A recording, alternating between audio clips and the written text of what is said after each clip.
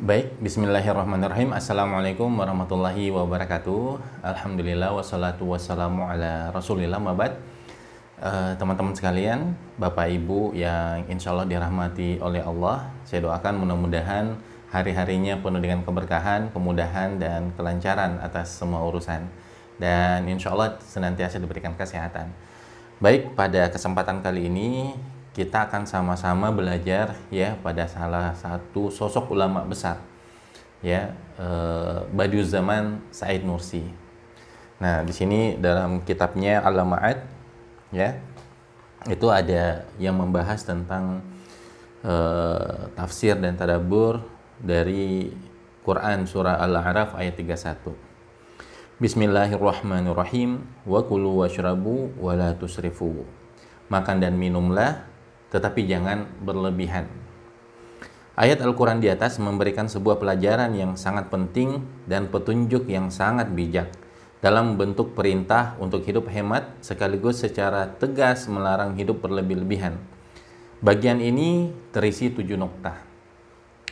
Nukta pertama, Allah Sang Pencipta yang Maha Pengasih meminta manusia untuk bersyukur atas berbagai karunia yang diberikan kepadanya. Hidup boros dan berlebihan merupakan sikap yang berlawanan dengan rasa syukur, serta merupakan sikap yang meremehkan nikmat tadi, sementara hidup hemat adalah wujud penghormatan atasnya. Ya, hidup hemat adalah wujud rasa syukur yang bersifat maknawi.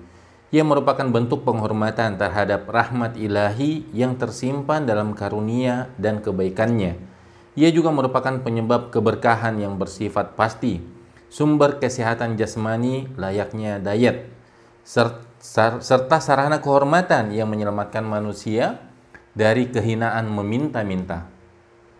Sarana utama agar kita bisa merasakan kelezatan yang terdapat dalam berbagai nikmat, serta menjadi perantara agar kita bisa mencicipi segala kenikmatan yang tersembunyi dalam karunia yang tampaknya tidak nikmat.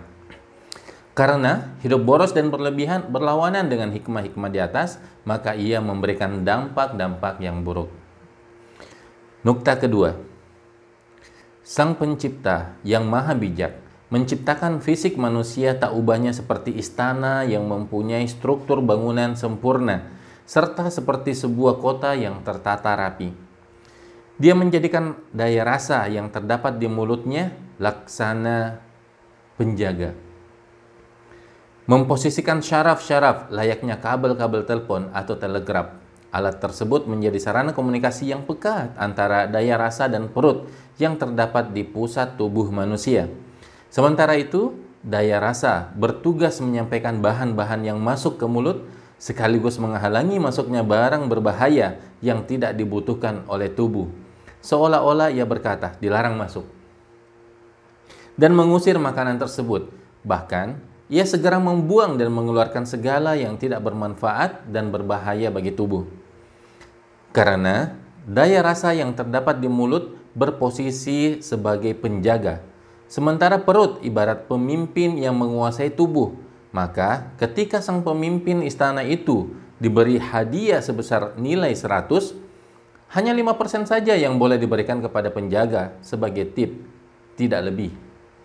Hal itu agar penjaga tadi tidak sombong, tidak lalai atas tugasnya, serta tidak memasukkan ke istana itu benda berbahaya yang telah menyuapnya dengan tip yang lebih besar.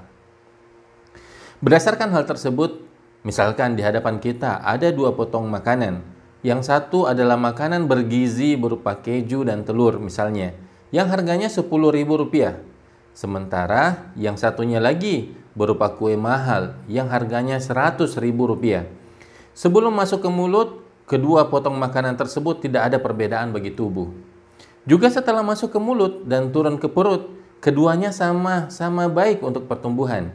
Bahkan, bisa jadi keju yang seharga Rp10.000 lebih bergizi dan lebih baik bagi pertumbuhan badan.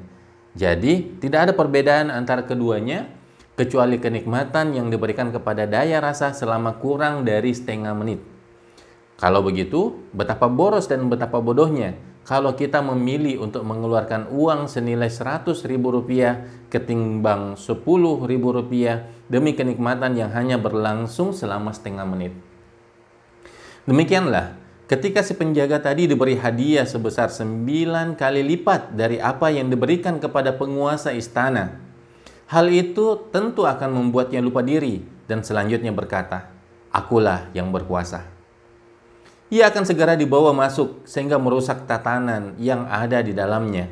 Lalu, ia akan menyalakan api yang siap membakar dan membuat si pemiliknya meminta tolong dengan berkata, "Tolong, segera bawa aku ke dokter agar suhu badanku menurun." Jadi, hidup hemat dan qanaah adalah dua hal yang sangat sejalan dengan hikmah ilahi. Keduanya menempatkan daya rasa di atas laksana penjaga, memposisikannya secara wajar, serta memberi upah kepadanya sesuai dengan tugas yang ada. Adapun hidup boros dan berlebihan bertentangan dengan hikmah ilahi. Karena itu, orang yang boros akan cepat mendapat penyakit. Sebab perut akan berisi dengan berbagai campuran bahaya yang bisa menghilangkan selera makan hakiki. Ia pun makan dengan selera palsu yang muncul melalui berbagai jenis makanan yang menyebabkan kesulitan pencernaan. Masya Allah ya, jadi dari penjelasan seorang ulama besar ya, memberikan sebuah ibarat permisalan bahwa mulut kita daya rasa ini seperti penjaga ya, dan perut itu adalah penguasa ya. Nggak ada yang salah ketika kita memberikan tip kepada mulut dengan rasa nikmat gitu ya, tapi jangan terlalu berlebihan. Jadi jangan sampai kita memperturutkan kenikmatan yang tadi kurang dari setengah menit ya. Kita mementingkan itu sehingga kita tidak memperhatikan apa yang masuk ke dalam perut kita. Nah, ini jadi pembelajaran bagi kita semua ya teman-teman ya, bahwa hidup hemat, kemudian kita memperhatikan apa yang kita makan, kita tahu bahwa tubuh itu butuh apa, sehingga yang kita berikan adalah yang dibutuhkan tubuh, bukan yang diinginkan oleh hawa nafsu. Jadi itu saja kajian kita pada hari ini. Mudah-mudahan Allah memberikan keberkahan kepada kita semuanya dan menjadikan mulut kita ya, daya rasa kita itu benar-benar menjadi sosok penjaga yang menjaga tubuh kita ya, menjaga semua organ dalam tubuh kita dengan memasukkan hanya makanan dan minuman yang benar-benar dibutuhkan oleh organ tubuh kita, yang dengannya insya Allah kita menjadi lebih sehat, lebih kuat, lebih taat ibadah, dan lebih banyak manfaatnya buat umat. Terima kasih, saya Dr. Gigi Muhammad Syafaat. Assalamualaikum warahmatullahi wabarakatuh.